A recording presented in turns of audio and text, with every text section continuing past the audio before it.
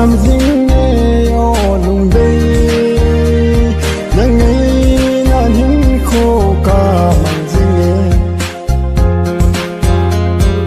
nuôi hiu hiu cha ni ô sẽ lung đây nuôi hiu hiu cha ni ô sẽ lung